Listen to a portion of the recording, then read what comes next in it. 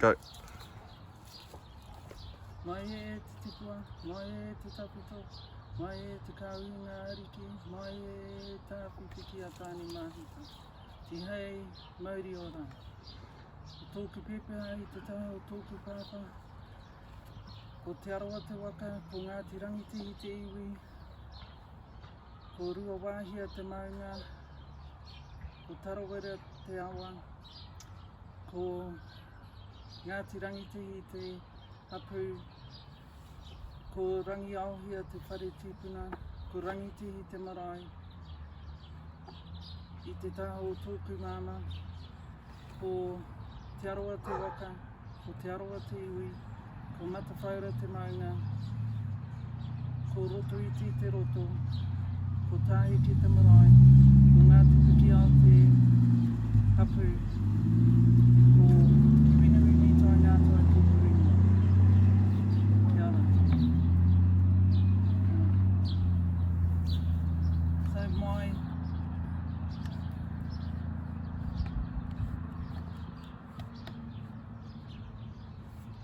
my theme for this year was a Korowai Hiwinui, and when I first started my Korowai, I didn't know what kaupapa I was going to use. So right at the start, I was researching, and I thought of maybe using the theme of manu, the manu or birds. So I was looking at the movement of birds, the flitting around, looking at the kapahaka groups like Te Mātārai o Rehu. They have a lot of bird themes in their kapahaka, as well as Ngā Pōtiki Henehoku. They have also bird themes. And I also went to Mitai Māori village to go and look at the puna, te puna tūhoi, just to try and get some inspiration, and to look at the bird life, the tui, the fantails, the kiruru at Mitai, but I still couldn't get a kaupapa from it. I still didn't get any inspiration from it. And my thoughts were maybe it's because I'm not actually using feathers on my korowai that I wasn't thinking that the bird theme would be for my korowai. So after that I went home, and my sister and my niece were talking about our food truck was getting painted, and they were painting it in the theme of the pink and white terraces. And then my niece actually suggested to me to do my korowai in the theme, the pink and white terraces. So I thought about it, but I thought I might leave it till next year, because I didn't think black and black karure tags and a white kaupapa would fit with the theme. So I thought I'd leave it till next year and use feathers, and use bright coloured feathers to portray the pink and white terraces. But then when I got home, I actually started to think about it, and I started to think of, well, maybe I could portray the pink and white terraces with maybe pink karure tags, white karure tags, as well as the black paru karure tags. So after that I actually started to get inspired. And the other thing that inspired me was my kuia, nena noho tihi minarapa. So I remember the story that my dad told me when my kuia was living. She was only about 5 years old, and she was living on Mount Tarawera before the eruption. So she was living in the villages Maura and Tapahoro, and they would frequent the pink and white terraces. They would go there to bathe in their healing waters. So from that I got inspiration.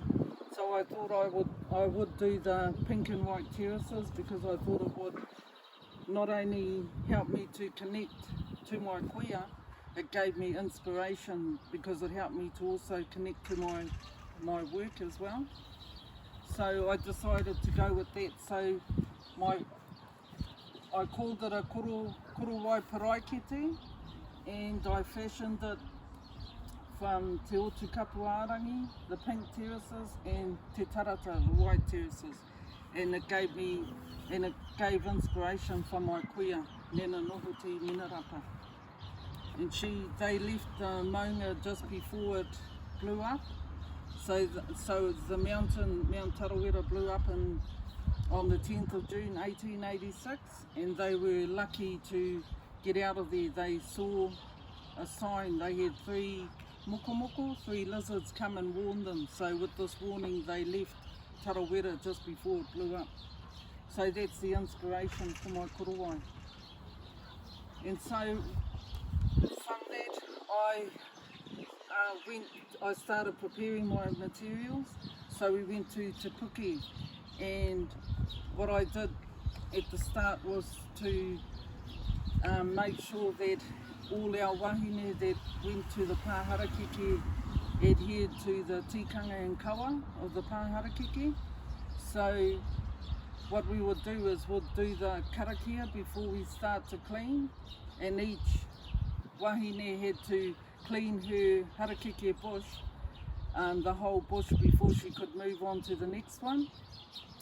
So with that we were cleaning, as well as cleaning the land, and so making harakeke mats to stop the weeds from coming through.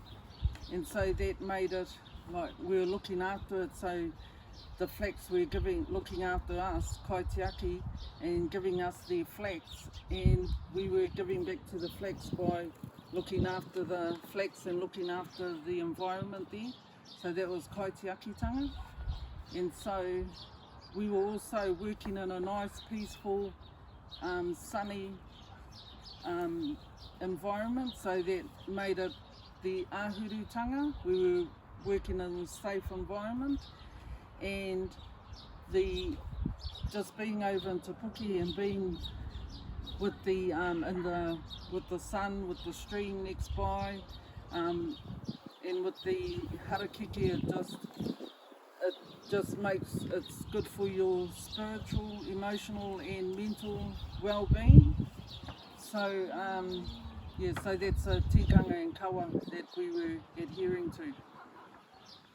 Okay, so when I started my korowai, I first started making aho, and I tried to make at least 600 aho, but since my korowai ended up into like a blanket, I should have made at least 1,000 aho. And then the next thing I had to do was I had to do the kaurere tags. I had to start making kaurere tags. So I was looking at making about 1,000 of those, and that was one of the processes, was using traditional dyes. So I didn't want to use any synthetic dyes on the korowai. So with the kaurere tags, I followed the process of Digorous Tikanawa, her beating of huka huka. Well, I did the same with my kaurere tags. You just give them a small beating, not like eel, so that it just makes it a little bit more firmer than the kaupapa. So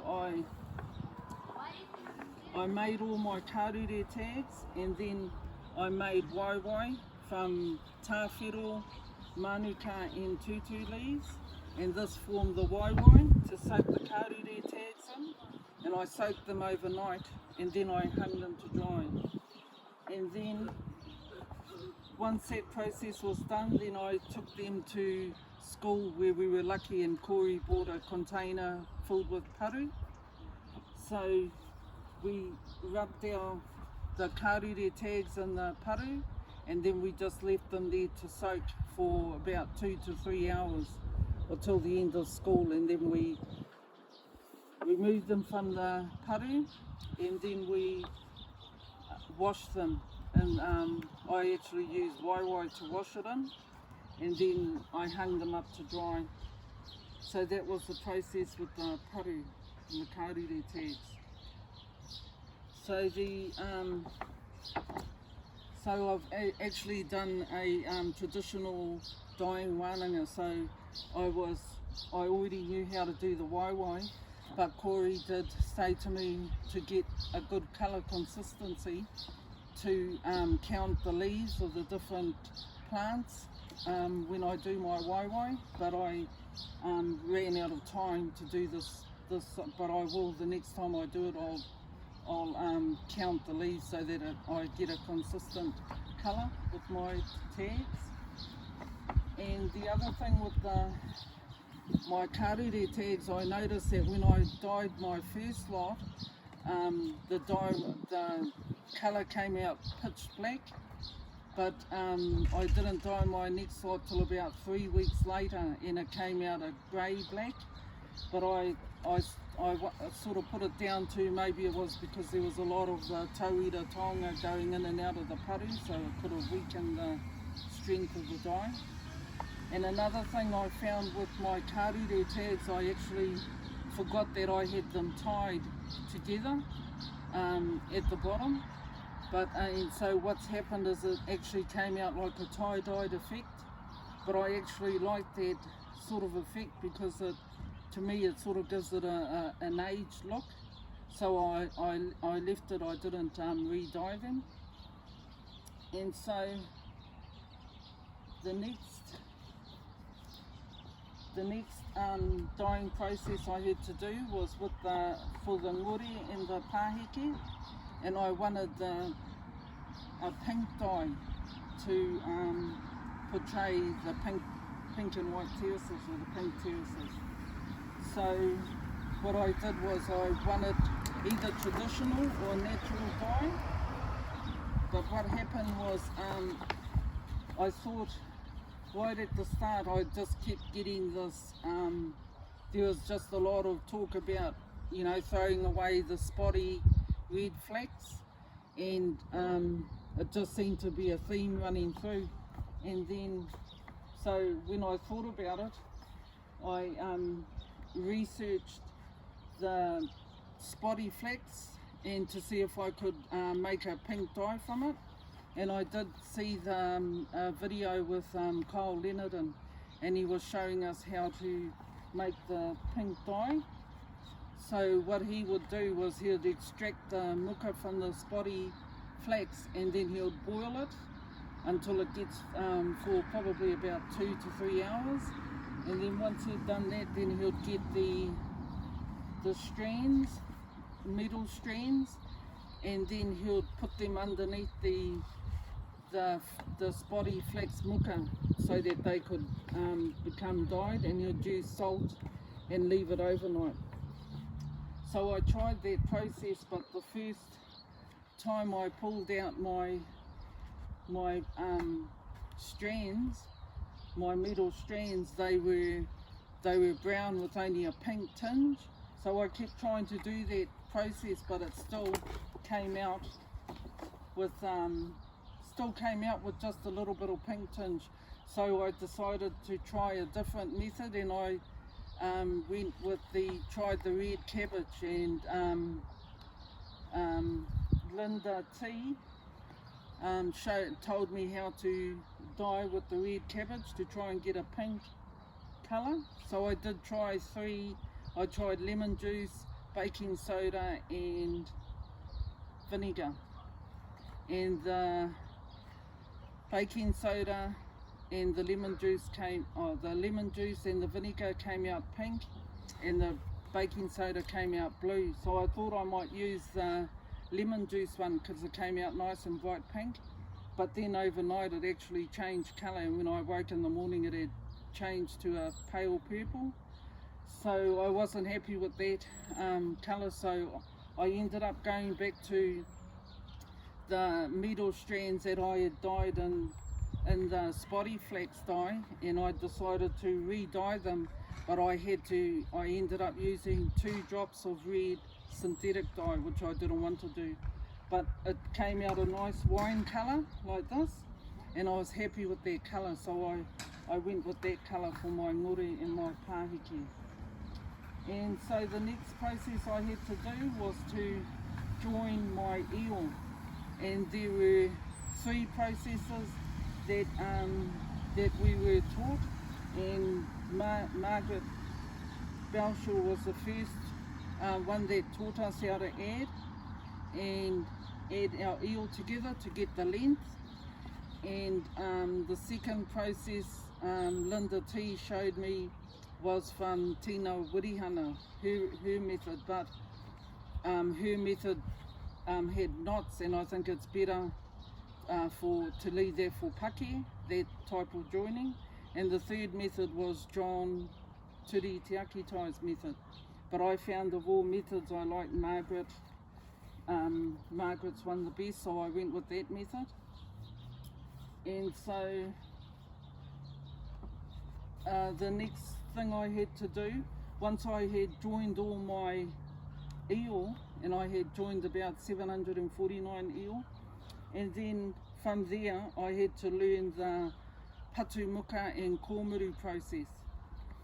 And so I looked online on the video, and I watched Kyle Leonard. He showed us his patu muka process, and I also looked at Digras Te Kanawa and Rangi Māori Hetet, and I looked at their video, and they had the full patu muka process with the kōmuru process, as well as Digras also had it in her book Weaving a Kākuru.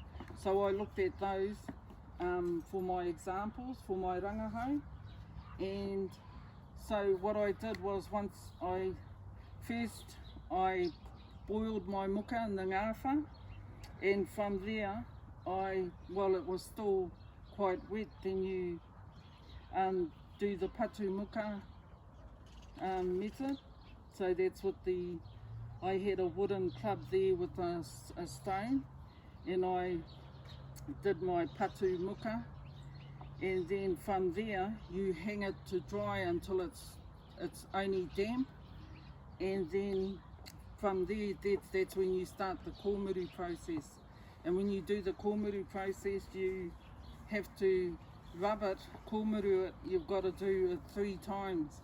So I'd start with the first hank, and I'll kōmuru that, and then I'll go through the different hanks, and then once I finish that, I'll go back to the start, and I'll do the second round of doing the kōmuru rubbing, and then once that's done, then I do a third round of rubbing.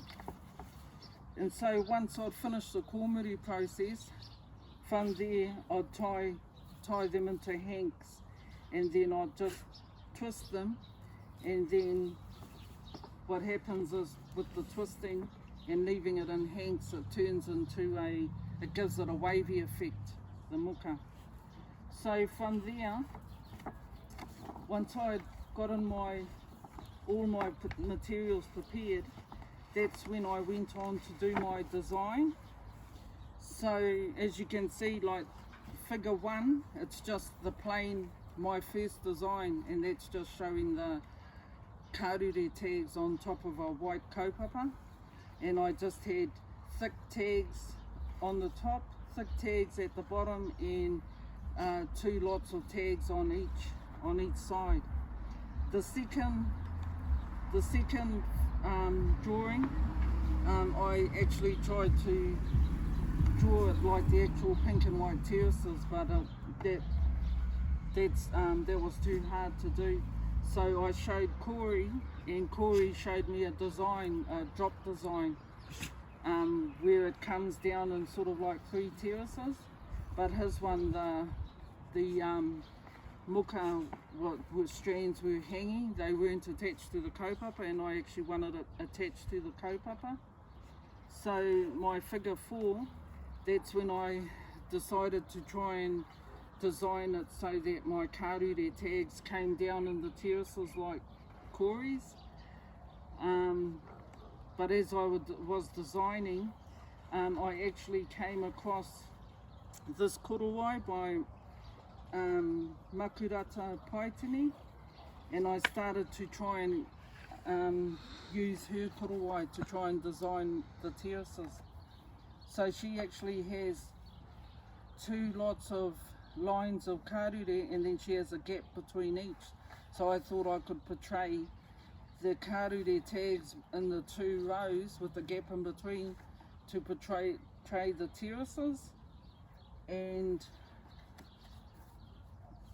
I thought I would do it that way. And then my fifth design, I realised that it was actually too hard to do the terrace design.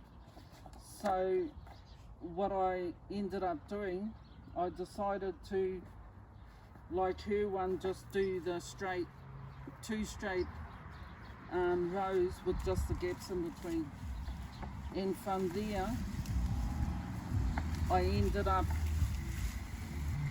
for my uri and pāhiki, I ended up, this is my final design, is actually just spacing out my terraces, the nguri, bubbles and pāhiki, and then just doing just straight lines of the kariri tags. And so from there, that's when I went on to starting the actual creation of putting all the materials together once they were all ready. So I started with the whenua tāpiri and my first whatu, my first design.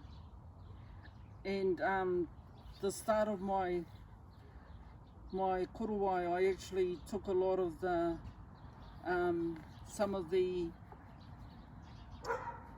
aspects from my kuia mamahariata mohi. I was looking at her whenua tāpiri, at her aho puka, and just different aspects on her kahu kiwi and her kahu tāniko. So I was using her korowai at the start, and then the second photo, it just shows that I've just joined all of my eel together. So that's the second photo. Once I had finished joining them all together, then I was able to pin it up onto my korowai stand. And then from there, once I had pinned it up, and then that's when I started to use Digris Te Kanawa. I started to use her book. It was like a Bible. It shows you how to weave a kakahu from start to finish. So I used a lot of her techniques on my korowai. I used the joining of aho. I used that right through. I also used her aho puka. I used that her aho puka, her dimensions. But what happened, because my korowai was so long in width, I should actually have made the measurements wider. And so what happened when I first started off, because her measurements were shorter, it actually started to make the korowai a bit cockeyed when I first started. And so yeah, so those are one of the things I need to work on, is my aho puka for the next time, to make sure that I get my dimensions right, my measurements. The next thing, so the other things I did with her was using her book, was also the karire tags. She showed me how to place the karire tags, so I used that. And as for the ngore and the pāhiki, I had Te Aho Tapu, the Sacred Thread book, and that helped me with some of to make the ngore and the pāhiki. And also Margaret Belshaw showed me how to do the ngore, the bubble ones. So okay. And so one of the other things that I did try with Digris Te Kanawa was her ending of the yara, and I tried her ending, and I also tried just the normal ending that we do, and just bringing our thread back in, and I found that bringing the thread back in was an actual strong ending, so I ended up just doing it that way. But there are some in here that Digorous is ending, but most of it is the stronger ending of coming back in. So that was another thing that I learned from Digorous. So the photo here just shows that I'm halfway through my design, and this last photo just shows the first cast off. I was actually going to cast off over at this stage, but I knew it didn't look right, but I was actually talking to Corey, and he was saying that I needed to make it, give it more length so that it'll be in proportion with the width. And I knew that I needed to do it, but I knew it was going to be hard to do that because it was just too much work. But I was lucky because he showed me an easier way of actually halving the long eel and then adding it like that. So instead of doing 749, I only had to do 375, and but I still had to go through the boiling the muka, patu muka, as well as the kōmuru process, and it was actually quite a long process because it was like making another little korowai, but I was happier. I was happy when I did do this because I knew I needed to do the korowai justice. So I was glad that Corey made me do more length. And okay, so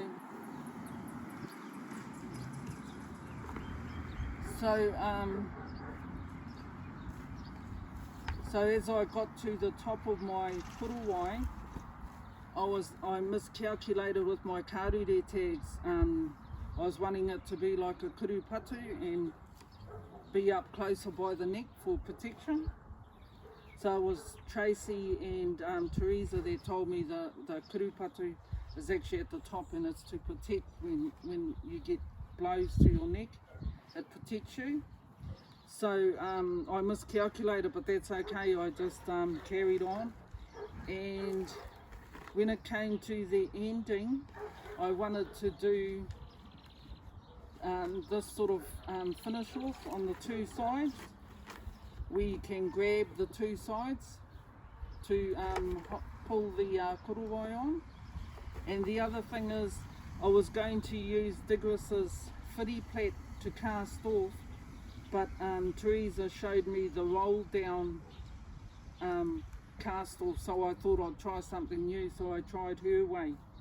So that's it up until now, and I still have to finish it all properly, but so I did these like Corey's way. I did Teresa's roll down, and right at the end I put my Ode pin in. And okay, so I have just a picture of my Korowai paraikete and my reflections.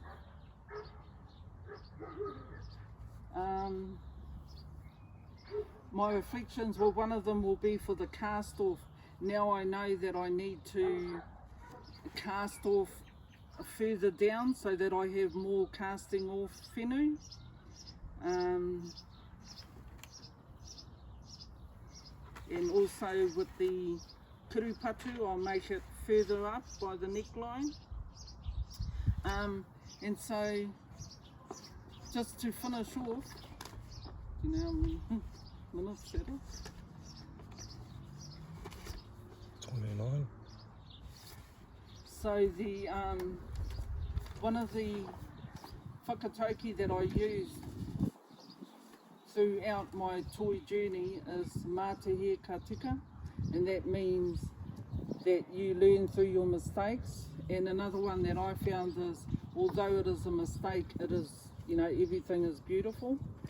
Another whakatauki that I used was whaia e koe te kahurangi, kia tāpapa koe me he maunga teitei, and that means to Follow your dreams and aspirations, and if you should falter, let it be to insurmountable difficulties. And so just to top it off, so my friend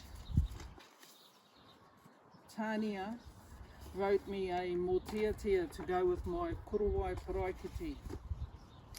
So I'll just read that. Te Wairoa o Tutapu Arangi me te tarata, 1886. Steam, chameleon white as snow, and here to roam, to dissolve and merge with hot summer's gusts swirling through lofty English pines, where white-faced kōtuku reside. Pūtauaki lies dormant to the east, his waters waning, while Whakaari's full puku spew steam, sediment and ash into the abyss. Tāne Nui Arangi perpetuates the cycle of life and death, and his children languish and sigh to the air hiss. Tūroto Ariki portends a mournful event. Hinemehi sports her golden eyes.